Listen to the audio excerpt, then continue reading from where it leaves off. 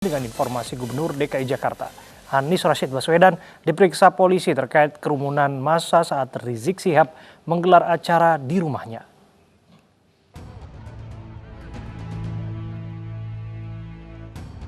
Gubernur DKI Jakarta Anies Baswedan pagi tadi memenuhi panggilan Polda Metro Jaya. Ia dipanggil sebagai saksi atas kasus kerumunan yang terjadi di kawasan Petamburan, Jakarta Pusat Sabtu lalu. Kerumunan terjadi saat pimpinan FPI menggelar akad nikah putrinya sekaligus peringatan Maulid Nabi. Dalam acara tersebut, kerumunan massa abaikan protokol kesehatan. Selain Anies Baswedan, sejumlah pejabat terkait juga dimintai keterangan, diantaranya Wali Kota Jakarta Pusat, Kepala Satpol PP DKI Jakarta, Camat Tanah Abang, Kepala KUA Tanah Abang, hingga lurah-lurah Petamburan. Mengundang saya untuk memberikan klarifikasi pada tanggal 17 jam 10 pagi. Jadi hari ini saya datang ke Mapolda sebagai warga negara untuk memenuhi undangan dari Polda. Itu aja. Makasih. Sementara Kabid Humas Polda Metro Jaya Kombes Pol Yusri Yunus mengatakan ada 14 orang yang dimintai keterangan, namun hanya 10 orang yang hadir hari ini. Selebihnya akan dijadwalkan datang besok untuk diperiksa dengan dugaan tindak pidana tentang karantina kesehatan. Tim Liputan iNews melaporkan. Anies Baswedan menyatakan telah mengambil langkah-langkah untuk mencegah kerumunan dan membandingkannya dengan daerah lain. Anies memberikan surat peringatan lebih dulu sebelum memberi denda kepada panitia acara di rumah Rizik Syihab.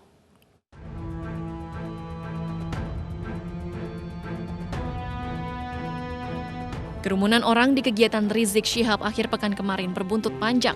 Gubernur DKI Jakarta Anies Baswedan yang menjadi sorotan dan ditegur pemerintah pusat menyatakan sudah mengambil langkah-langkah tepat untuk mencegah kerumunan, yaitu mengirim surat peringatan ke panitia acara dan memberi sanksi ketika ada pelanggaran. Belakangan, Anies justru membandingkan penanganan DKI dengan daerah lain yang sedang melaksanakan pilkada. Pernyataan Anies yang membanding-bandingkan penanganan massa Rizik Syihab dengan pilkada direspon Wakil Ketua DPR Sufmi Dasko Ahmad yang menyatakan bahwa lebih penting memerangi penyebaran COVID-19 bersama-sama daripada membanding-bandingkan penanganan. Dan kalau kita lihat pilkada, ya itu kan sudah ada payung hukumnya, sudah ada aturannya, sudah ada PKPU-nya tentang bagaimana soal mengendalikan COVID-19 di tengah-tengah pilkada yang ada. Nah, sementara untuk masa yang kemudian dibandingkan di luar pilkada itu juga sudah ada aturan yang jelas. Terutama ya bagi Pak Anies kan juga ada soal aturan PSBB yang diterapkan di DKI Jakarta. Sementara buntut kerumunan di kegiatan Rizik Syihab akhir pekan kemarin, 10 orang dipanggil polisi hari ini, termasuk Gubernur DKI Jakarta Anies Baswedan dan Lurah Petamburan Setianto. Saat ini dalam waktu 2-3 hari ke depan ini adalah tahap lidik, makanya sifatnya undangan klarifikasi. Undangan klarifikasi untuk menentukan ada atau tidak adanya pidana. Jadi apakah nanti akan dipanggil yang bersangkutan dan lain sebagainya sangat bergantung kepada hasil penyelidikan. Setelah hasil klarifikasi ini dilakukan dengan beberapa bukti, nanti baru akan dilakukan gelar perkara untuk dinaikkan menjadi penyidikan. Nah, proses penyidikannya ini langsung berlangsung, nanti baru menentukan siapa tersangkanya. Kerumunan dalam kegiatan Rizik Syihab di Petamburan, Jakarta Pusat akhir pekan kemarin diprotes banyak pihak karena melanggar protokol kesehatan namun tetap terlaksana tanpa pembubaran. Sementara setelah acara, Pemprov DKI Jakarta memberi denda kepada panitia sebesar 50 juta rupiah yang sejauh ini menjadi nilai tertinggi diterapkan kepada masyarakat. Tim Liputan iNews melaporkan. Pemirsa, hingga saat ini Gubernur DKI Jakarta Anies Baswedan masih diperiksa di Polda Metro Jaya. Dan untuk informasi selengkapnya sudah ada rekan kami Angelica Deva Gam di lokasi. Angel, sudah berapa lama Gubernur DKI Jakarta Anies Baswedan diperiksa? Ya, April dan Abraham, Polda Metro Jaya ini mengundang Gubernur DKI Jakarta Anies Baswedan untuk dimintai klarifikasinya. Dan pukul 10 pagi tadi, Gubernur Anies Baswedan sudah tiba di Ditreskrimum Polda Metro Jaya, sehingga ini artinya sudah lebih dari 6 jam Gubernur Anies Baswedan diperiksa oleh pihak Ditreskrimum Polda Metro Jaya. Dan pemanggilan dari Anies Baswedan ini sendiri terkait dengan dimintai klarifikasi acara acara pernikahan putri dari Imam Besar Front Pembela Islam Rizik Syihab yang digelar beberapa waktu lalu yang menimbulkan banyak kerumunan dan tidak mengindahkan atau tidak tertib akan protokol kesehatan. Tidak hanya Anies Baswedan saja yang diperiksa pada hari ini, Polda Metro Jaya mengundang 10 pihak untuk dimintai klarifikasinya mengenai acara tersebut. Dan sebelum dilakukan pemeriksaan terhadap ke-10 yang dimintai keterangan atau klarifikasi pada hari ini, Polda Metro Jaya melakukan terlebih dahulu antigen swab test, dan dari ke-10 ini ada 1 yang reaktif sehingga diamankan atau dilarikan ke Rumah Sakit Polri. Dan itu adalah Lurah Petamburan, sehingga ada 9 orang yang dimintai klarifikasinya pada hari ini. Salah satunya adalah Anies Baswedan dan yang lainnya adalah Wali Kota Jakarta Pusat. Kemudian ada Kepala Biro Hukum, Kepala Kantor KUA, Camat Perwakilan RT dan RW, Satpol PP, dan Babin Kamtibnas. Setelah hasil klarifikasi ini dilakukan oleh pihak kepolisian, maka nantinya pihak polisi akan melakukan gelar perkara untuk menentukan atau menaikkan status kepenyidikan. Kemudian dari situlah nanti akan ditentukan siapa tersangkanya terhadap kasus ini. April dan Abraham. Terima kasih atas laporan Anda, Angelika di Eva Gap langsung dari Polda Metro Jaya, Jakarta. Kerumunan massa simpatisan Rizik Syihab yang terjadi di Jakarta dan Bogor beberapa waktu lalu berujung pada pencopotan pejabat kepolisian. Ya, mereka dianggap lalai dalam menerapkan protokol kesehatan.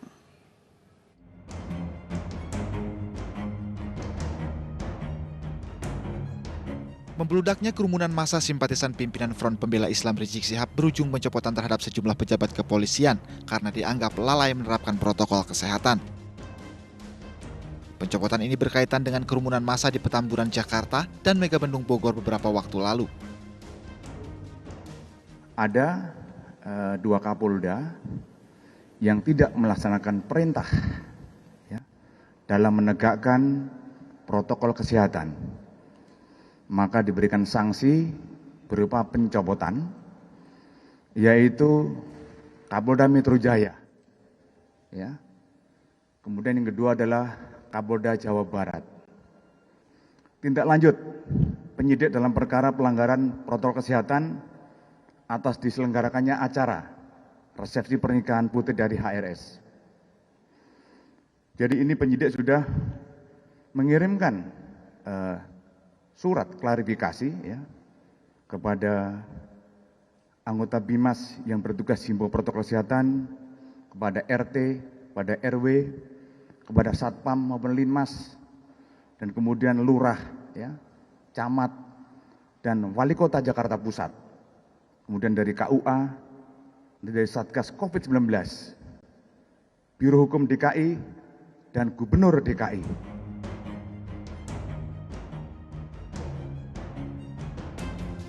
Kapolda Metro Jaya Irjen Nana Sujana yang dicopot digantikan oleh Kapolda Jawa Timur Irjen Pol Muhammad Fadil Imran. Nana Sujana kemudian dimutasi menjadi Koordinator Staf Ahli Kapolri. Sementara Kapolda Jawa Barat Irjen Rudi Sufahriyadi yang digantikan Aslog Kapolri Irjen Pol Ahmad Doviri. Rudi selanjutnya menjabat sebagai Widya Iswara Kepolisian Utama tingkat 1 Sespim Lepmdiklat Polri. Pejabat di bawah Polda Metro Jaya juga dicopot, yaitu Kapolres Metro Jakarta Pusat Kombes Heru Novianto yang digantikan oleh analis kebijakan media bidang Pideksus Bareskrim Polri Kombes Hengki Haryadi. Lalu di bawah Polda Jawa Barat, Kapolres Bogor AKBP Roland Ronaldi dicopot dan diganti oleh Kapolres Lamongan AKBP Harun. Roland selanjutnya ditugaskan sebagai Wadir di Reskrimsus Polda Jawa Barat. Tim Liputan iNews melaporkan. Menko Maritim dan Investasi Luhut Binsar Panjaitan menyayangkan adanya kerumunan massa dalam sejumlah acara sejak Rizik Syihab tiba di Indonesia. Padahal pemerintah tengah mensosialisasikan kebiasaan baru yaitu menghindari kerumunan untuk mencegah adanya penyebaran COVID-19.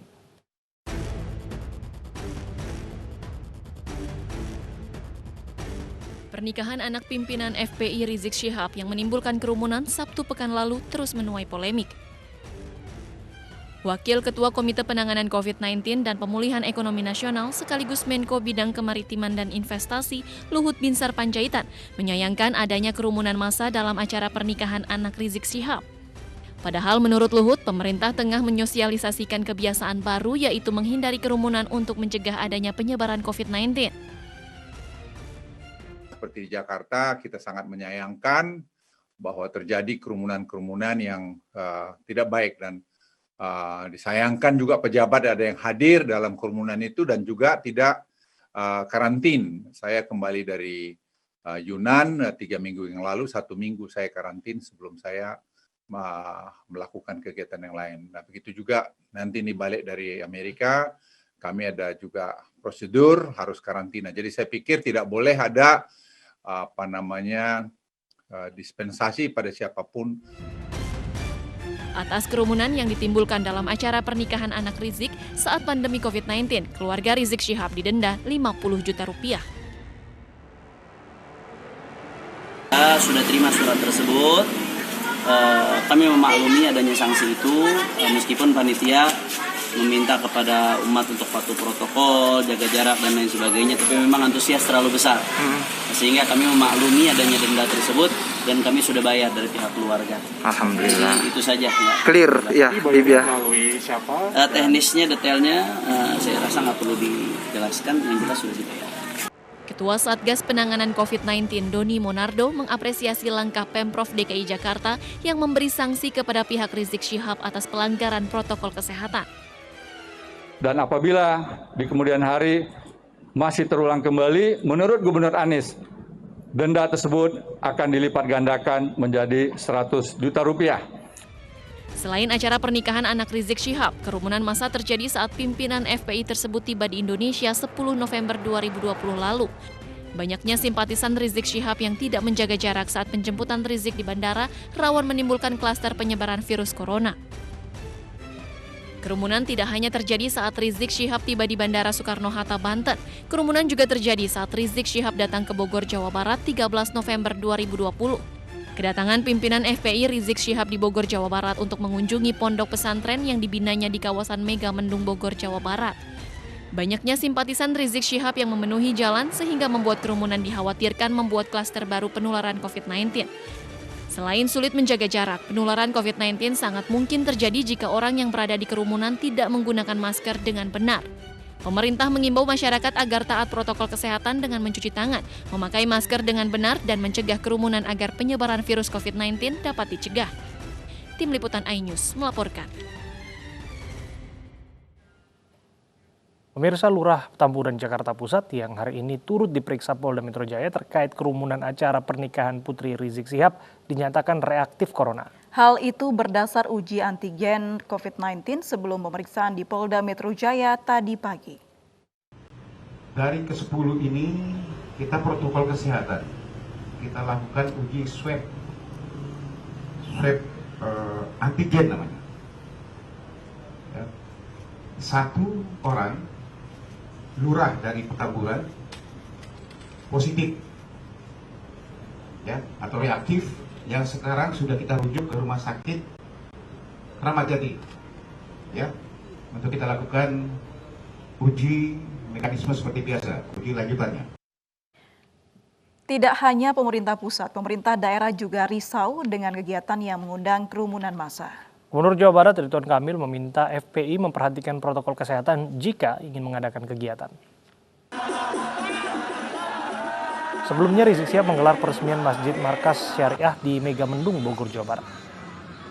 Datangan Imam Besar FPI Rizik Syihab ke kawasan Puncak Bogor, Jawa Barat menimbulkan kerumunan massa mulai dari gadok hingga pesantren yang didirikan Rizik Markas Syariah. Massa tumpah ruah ke jalan menyambut kedatangan Rizik Syihab hingga memacetkan arus lalu lintas. Polres Bogor membuat rekayasa arus lalu lintas agar lancar. Akibat kerumunan ini, kemacetan mengular dari pintu tol Ciawi hingga akses menuju kawasan wisata Puncak. Saya mengimbau tadi kepada semua tokoh-tokoh yang punya niatan agar mematuhi protokol, dengan acaranya tetap boleh, tapi caranya yang harus disesuaikan kan kita juga beradaptasi. ada seminar, ada istighosah kan pakai FIFA. Nah, ini harus diikuti, ya, termasuk juga kepada FPI, kepada semua yang masih melakukan kegiatan tapi dengan pola-pola lama lah. Akibatnya kan menjadi kesulitan bagi aparat ya, khususnya kepolisian kalau sudah jumlahnya terlalu besar. Seperti halnya demo kan, jangan terpaksa karena demo yang akhirnya mengamankan. Nikita Mirzani kembali dilaporkan pendukung Rizik Syihab ke polisi atas dugaan ujaran kebencian dan pornografi. Sebelumnya, polisi telah menolak laporan serupa dari kelompok lain.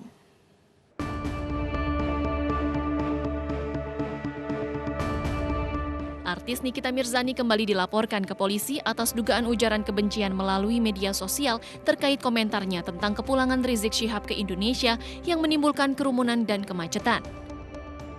Jalih Pitung dan kuasa hukumnya mendatangi Bareskrim Polri dengan membawa bukti berupa tangkapan layar Nikita Mirzani yang dianggap telah menghina Rizik Syihab.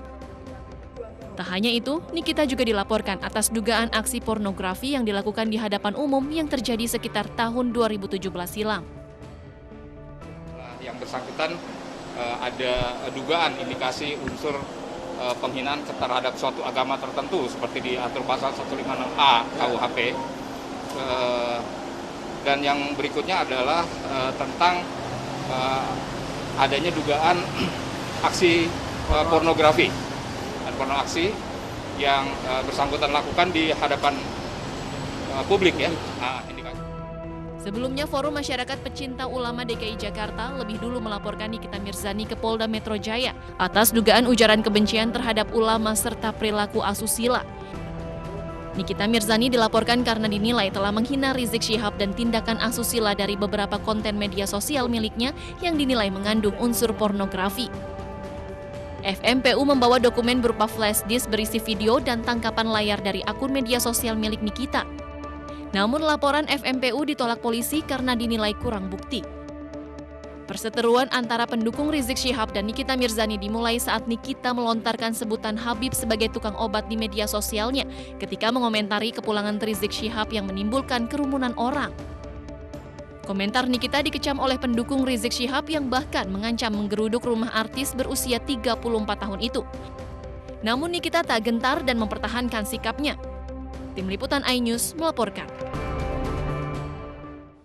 Maher At-Tuwailibi resmi dilaporkan ke Bareskrim Polri. Laporan tersebut terkait unggahan Maher yang dianggap menghina Habib Lutfi di sosial media. Melalui kuasa hukumnya, Muannas Alaidit melaporkan Maher At-Tuwailibi. Laporan Muannas telah diterima polisi 16 November lalu terkait dugaan tindak pidana pencemaran nama baik melalui media elektronik. Muannas menilai Maher sempat mengunggah foto Habib Lutfi yang dianggap melecehkan di media sosial. Bukan kali ini saja Maher melontarkan ujaran kebencian.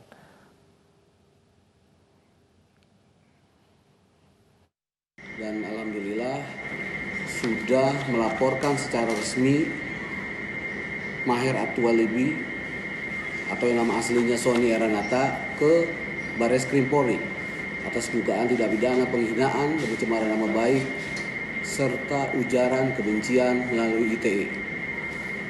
Pasal ini ancaman pidananya tinggi di atas 5 tahun dan dapat memungkinkan untuk dilakukan penangkapan terhadap terduga pelaku. Apalagi ini merupakan penghinaan terhadap Habib yang dimuliakan, terhadap orang tua kita, guru kita, Habib Lutfi bin Yahya.